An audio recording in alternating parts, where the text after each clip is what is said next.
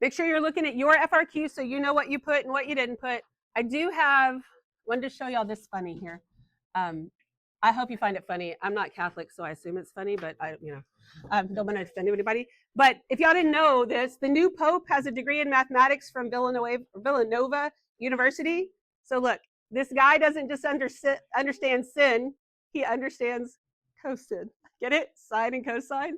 Oh, that was pretty good. I'm like, yeah, I like that one. I didn't come up with it, but it made me laugh. All right, here we go, FRQ2. See, keep doing your math, ladies and gentlemen. You could be Pope one day.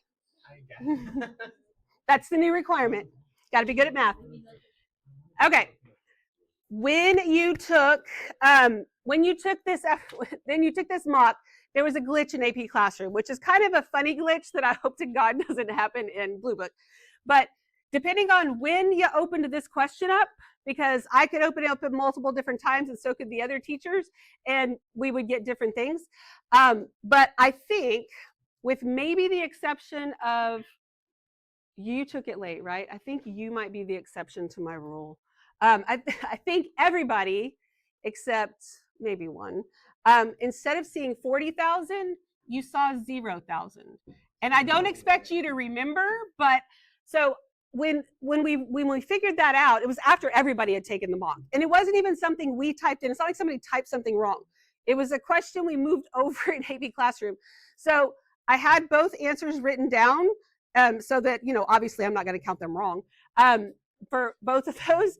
And I think that I'll have to find yours, because I don't know why. I'm thinking maybe yours was 40, but only you with the people that took it late. Don't ask me why. Oh, I did tell you? Okay, and then you did it right. Okay, so hang on. Well, you wouldn't have realized. Well, although doesn't 0,000 seem like a strange thing to say? Like it just, yeah. But, and I mean, I didn't expect y'all to catch that. It's just that, yeah, none of us knew it. None of us realized that until after everybody had taken it. So some teachers, like half their kids had one, but luckily I think everybody, but the one person that took it late that was listening to me. Thank you. I appreciate you. Look at you. All right, so on the initial day of sales, T equals 0 for a new video game. There were 0,000 units of the game sold that day. 91 days later, there were 76,000 units of the game sold. So I can get two ordered pairs here, 0, 0, or 0, 40, and 91, 76. Okay. So I think you'll be able to tell when yours would be different, but when we get the actual answers, I'll let you know what they are. The number of units of video games sold on a given day can be modeled by this. And I've probably said this a few times, but I'm going to say it again. This is the actual FRQ from the exam last year. And because this had a natural log of T plus 1, I think it's highly unlikely that's what you would end up with on your exam. Because this could also be quadratic or cubic or exponential. Like, to me, I don't know why they do the same thing when it could be different. But whatever. As long as you can do one, we can usually do the other. All right, so A, use the given data to write two equations that can be used to find the values. Remember, we don't want to do too much here. There are still a handful of people that apparently don't know the difference between inputs and outputs. And when that's the case, at this point, honestly, I don't know how to fix it. I really just don't. On the first order pair, if you get it mixed up, it really doesn't matter. So this is going to be 0 equals A plus B times the natural log of 0 plus 1. And I stop. Then I move to the next one. My output is 76. That's equal to A plus B times the natural log of 91 plus 1. And I don't do anything else, right? That is it. That gets me a point. Do not miss that point. Okay? We good? And it's not a bad idea. Like, if you know you're getting your input and output mixed up, then write down, what is this, T? Like, this is T and G of T. T and G of T. You do what you need to do to not do weird stuff, okay? All right, so then I want to find the values for A and B as decimal approximations. So even if you can do something by hand and get a fraction, nobody cares because they're asking for decimals, okay? So make sure you put it in decimals. But we don't really have a choice here. So we go over to this. Oops, let me get all this out. Is this the right one? Yeah. So go ahead and type it in because I want you to have this. Let me just start over actually. So I'm gonna have 0 and 91 and 0. Actually, and you could do your 40 and 76 because I'll tell you what the numbers are. Okay. Yeah. Poor thing. So here we go. I'm going to do this. I'm going to do logarithmic. I get this little thingy, right? But that's because it's the +1. And so that is t plus 1. So I add 1 to my inputs. This becomes 1. This becomes 92. Make sure you do it to both of them. Now, even though this says x, this is actually x plus 1 because we added the 1, right? We don't have to redo anything with this, but these are my a and b right here. So a is equal to 0. B is equal to 16.80751. If you actually have 40, then A is equal to 40, and B is equal to, where is it? 7.96145. Okay. I think Alexa's the only one with the 40. All right. Oh, do you have 40 also, or you have a question? It is not the same thing. So let's talk about that, okay? So I don't want to call you out because I appreciate you asking, but I'm going to write up here what you had, okay? So just big, sorry. But you're not the only one I've seen that from, okay? So there's probably somebody else in the room, okay? 76, so what he has is G of 76. That means 76 is your input, not your output. So see, what's really true is that G of 91 equals 76, and 76 is what has to be there. You with me on that? So I'm glad you pointed that out because that's an easy fix, right? We're not going to do that again. You get rid of, when you write this stuff in, you're getting rid of G of t, L of t, A of x, whatever the heck it is, and you're getting rid of the t or x or whatever it is. The only letters that should be left in there are A and B, okay? And that's one way you can remind yourself. Okay, good. Any other questions? Oh, what is it, Karen? No,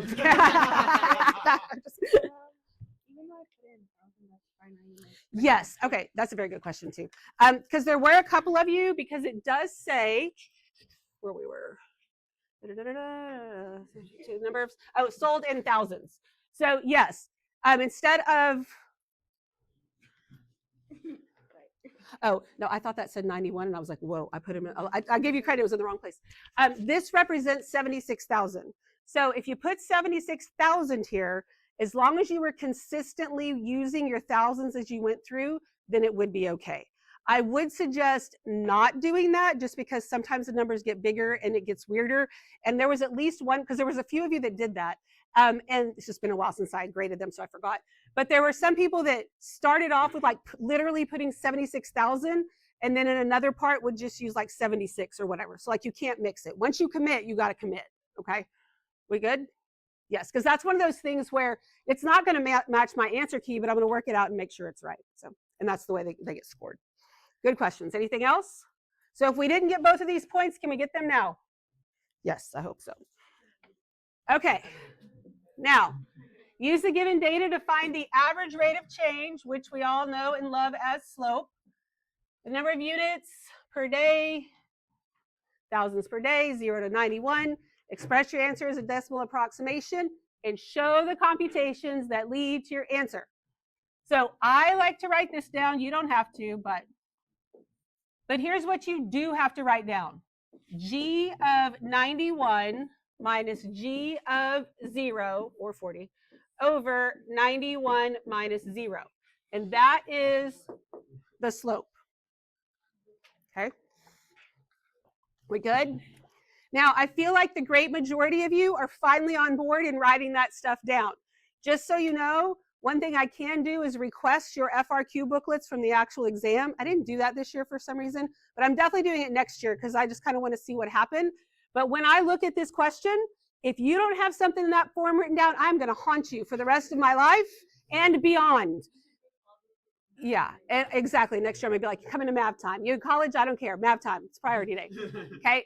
And then like 50 years from now, when you're like, ooh, it feels weird in here, you can be like, I bet it's misfitting again because I didn't write the slope down right. Write it down. Okay. That's right. The ghost of pre-cal pass. All right. So then I fill in what I know. G of 91 is 76 or 76,000, right? Minus G of 0 is 0 over 91. Now, because that 0 was really not supposed to be 0, highly unlikely that you would have a 0, 0 ordered pair in a question like this, just because it makes some of the stuff a little easier. Like I don't even have to subtract anything. I just have to divide them. So I'm going to remind you of a few things as we go through. But at this point, I'm letting the calculator do it all, right? So I'm going to come over here, and I'm going to do 76 divided by 91, or you subtract your 40. I'll give you the right answer in just a second. But there's my answer. Okay.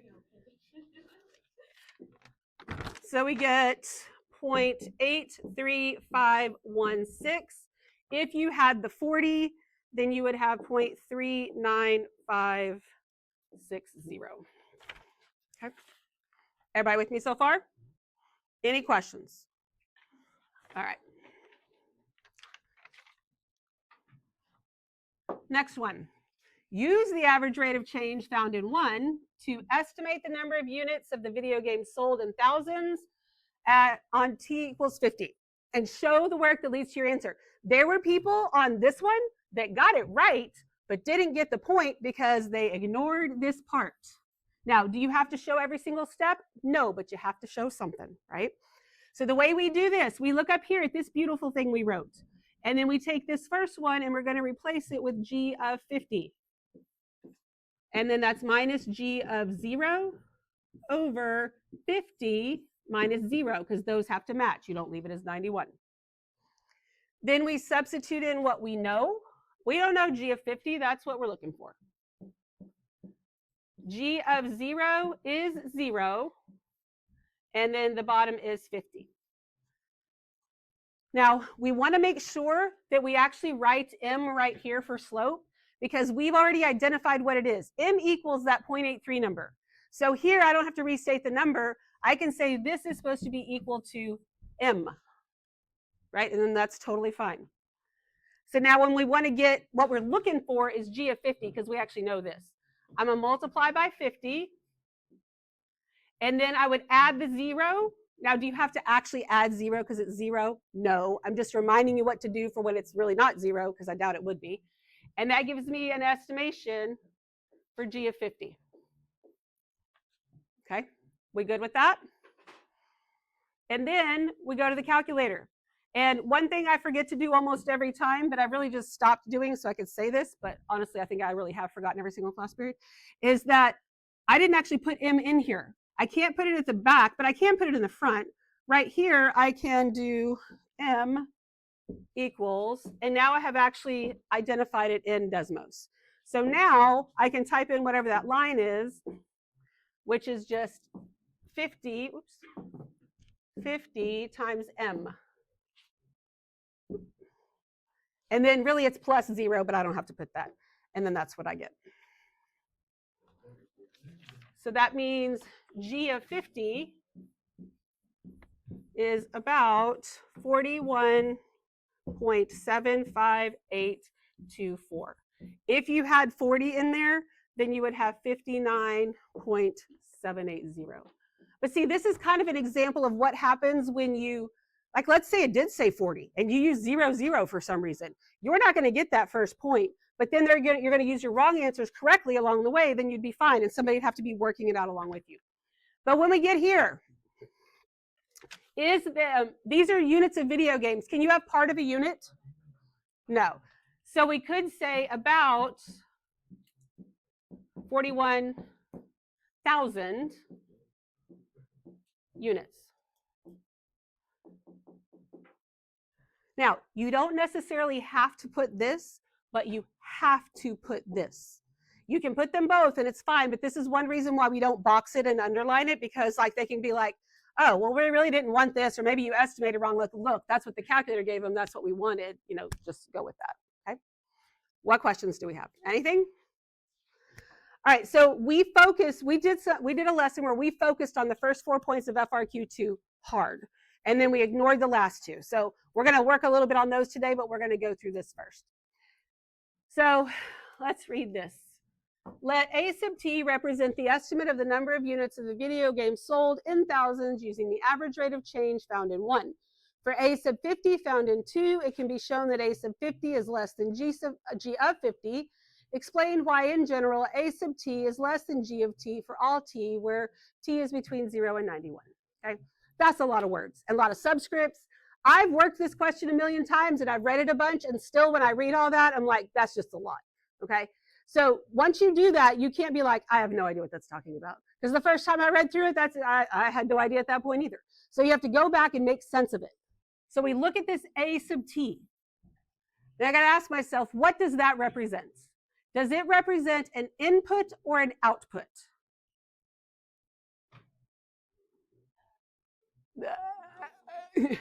Yeah, it represents the estimate of the number of units, right? So that's an output because the input is time.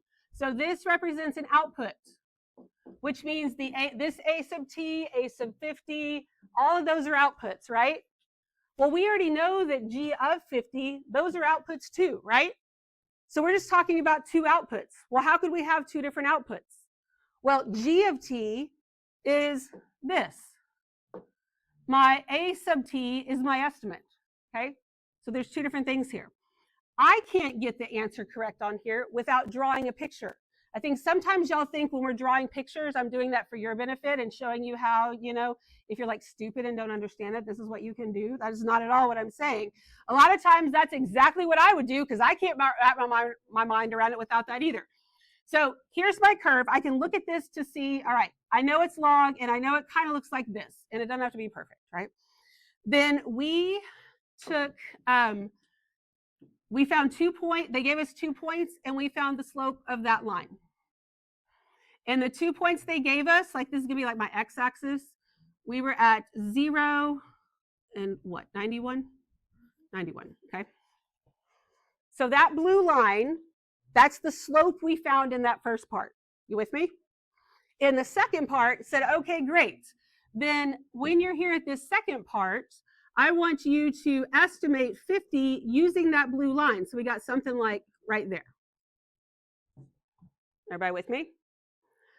All right, so then can you see that the estimate I got using the slope is less than what the model actually would predict? Because the pink curve is what the model would say should happen. The green dot is what I estimated, and then the actual could be even a different one. So this A sub t, that is the estimate, that's what I'm getting from my blue line right here. The pink is G of t. All right, everybody with me? So you see how drawing that, you're like, what are we even talking about here? So it says A sub 50 is less than G of 50. Yes, I agree. My green dot is less than what it would be on that curve. Got it. So then it said, but explain in general why that'll be true no matter what between 0 and 91. All right, so think about that. Okay, so look at this blue line. Do you see how between 0 and 91, that blue line is underneath my curve? Would that line be underneath any curve ever? It's underneath this curve because this curve is what? Concave down. Good. Because if it was concave up, then it would be above it, right? Okay. So we got to be careful with the its and this and that, but that's basically what this is saying. And the name of the line that goes through 2 points, what's that line called? Secant. If you can't come up with the word secant, don't freak out and make up a word because they're not going to know what you're talking about. Instead, just say the line that intersects the curve at t equals 0 and t equals 91. Totally fine. I mean, you can still describe it, right? Okay, so let's explain. Well, let's start off.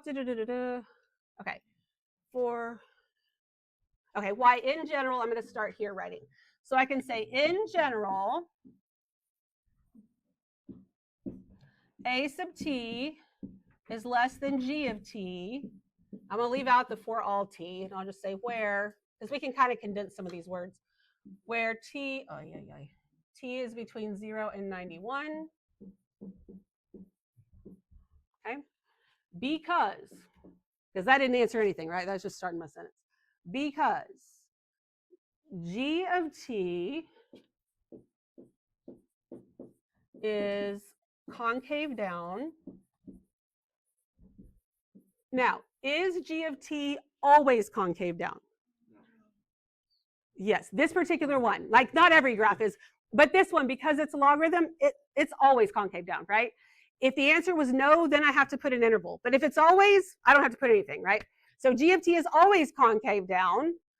Therefore, the secant line is, I could say is below the curve, or I could say is below G. Is the secant line always below G? No. Below G on, and that, so I have to put an interval, or from, however you want to say it, 0 to 91. Okay. What questions do you have? So to get that point, you had to refer to G being concave down or the rate of change of G decreasing, because those are connected. You can say it either way. And then the reference to the secant line or linear function with endpoints 0 and 91, just like I said. Any questions at this point? Okay. So we go on to say that the makers of the video game reported daily sales of the video game decreased each day after t equals 91. Explain why the error in the model increases after t equals 91. So remember, error and residual are connected. They're just, the signs are different. But what it means is how far away the actual data is from the predicted data. So my pink curve here represents a log. And even though it starts to look like it flattens out, it's still getting bigger. Like the limit is, it's still heading towards infinity, just very, very slowly. So the pink, the model is going to continue to increase. But this tells us in real life, after 91, it starts to decrease. So do you see how that space gets bigger and bigger? That's the error that's getting bigger. And do you see how drawing out what's actually happening could make you make sense of things, right? So we can say the error in G increases after t equals 91 because G is an increasing function. Is it always increasing? Yes, G is the function itself is always increasing. It's slowly increasing, but it's increasing, right? So I don't have to put an interval. Is an increasing function and sales start to decrease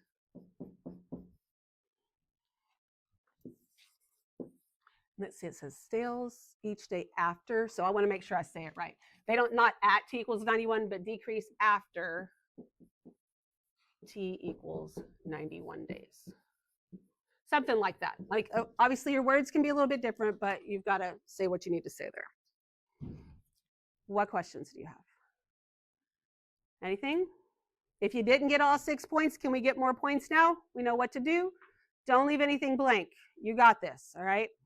Okay, so now what I want you to do, you picked up a salmon piece of paper. You also have another piece of salmon, actually 2 more. One of them should be on ISN page F, and it looks like this. We did this, I don't know, a week or so ago. So find ISN salmon also. Find that and have the paper that you picked up.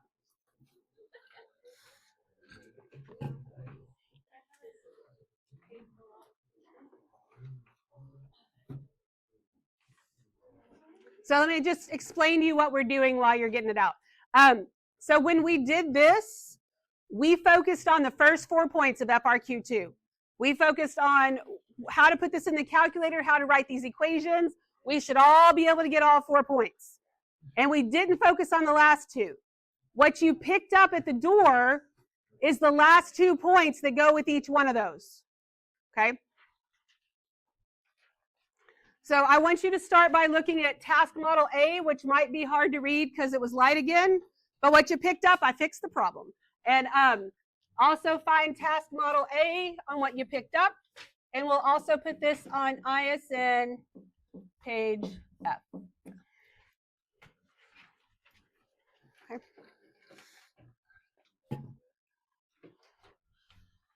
And you don't necessarily, if you want to type this into Desmos, you can, but I'm just going to show you, like, because we really already did all this stuff, I'll just kind of give you this and we can do it up here. All right, so on here, we took it, we did our regression, we found the quadratic, we wrote our equations, we did the slope, we did all that stuff. And I want to remind you, because the one I just did, because it had that weird zero, if I get here, right, I'm here, and this is what I have, I would multiply 2 times m, then I have to add that 21 over, and that's what I would get, and then this is what I can type in my calculator, okay? All right, but you can have this right next to it. Here is what goes with it. Here would be the next part. The average rates of change found in 1 can be used to estimate the number of cars in the parking lot at time t hours for t being greater than 8. Will these estimates found using the average rate of change be less than or greater than the number of cars predicted by the model L at time t for t is greater than 8 hours? Okay, so that one's still wordy. It didn't have all the subscripts and nonsense. I think we know what t is greater than 8 means. My graph is a quadratic, looks like that. We had 2 points and we found the slope of a line. And those 2 points were at like 5 and 8. Okay. So we already found the slope of that pink line. We used it to estimate something along the way. I don't remember, but doesn't really matter on this one. But it says, if I'm going to use my pink line, if I'm going to use that when t is greater than 8, here's when t is greater than 8, right? Would the estimates I get on this green part be more or greater than or less than what's predicted by my blue curve? Greater than, and we can see that, right? So we can see it, and we can sort of say it's because the line's above the curve, but we have to say like why we know that. You can't just say like because I saw it on the graph or something like that. So let's explain this. So so we can start off with these estimates.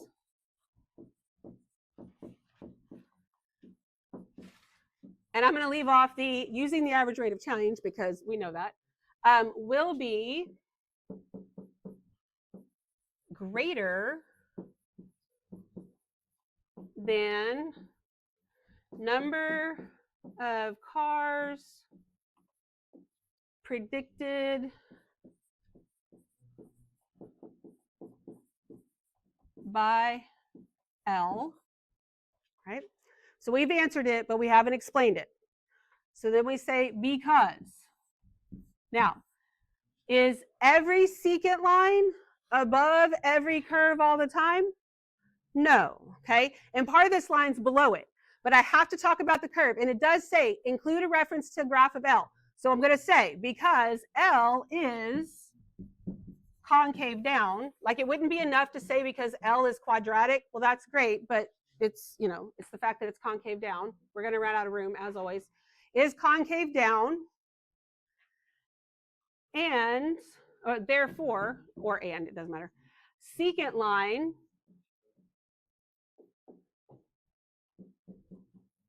is above L. Is the secant line always above L? No, it's above L for t is greater than 8 hours. It's also above it for the other one, but that's not like for less than 5, but it's not asking me about that. So you see how the little pictures help? Yes? Or to me, they're necessary. It's not just that they help. Like, I don't know. I mean, some of y'all might be able to do it in your head, but not me. All right. So the model L is an appropriate model to make predictions about the number of cars in the parking lot. So it's appropriate if the number of cars in the parking lot is at least 0. So 0 or greater. Based on this information, what is the largest value of t? Can you give me 5 minutes? Okay. The largest value of t for which the model is appropriate, and give a reason for your answer. All right. So let's look at this. Here is our graph. There are some things that make sense and some things that don't. We know that negative time doesn't make sense. What else wouldn't make sense in this question?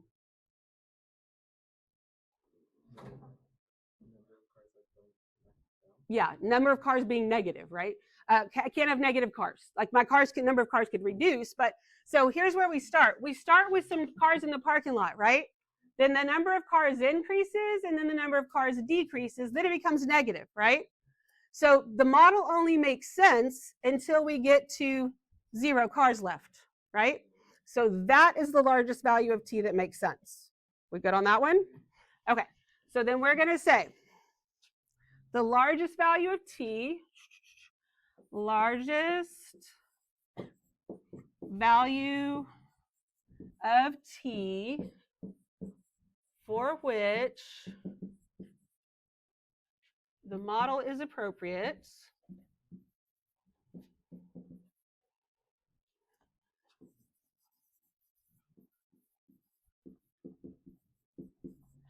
is t equals 10 point something, 28677. Okay, give a reason, because. Now, I could give my reason in words, and that's fine. And you can say, because the number of cars would be, become 0 at this point or whatever. But we could also just say because L of 0.2867 equals 0. That takes care of my words.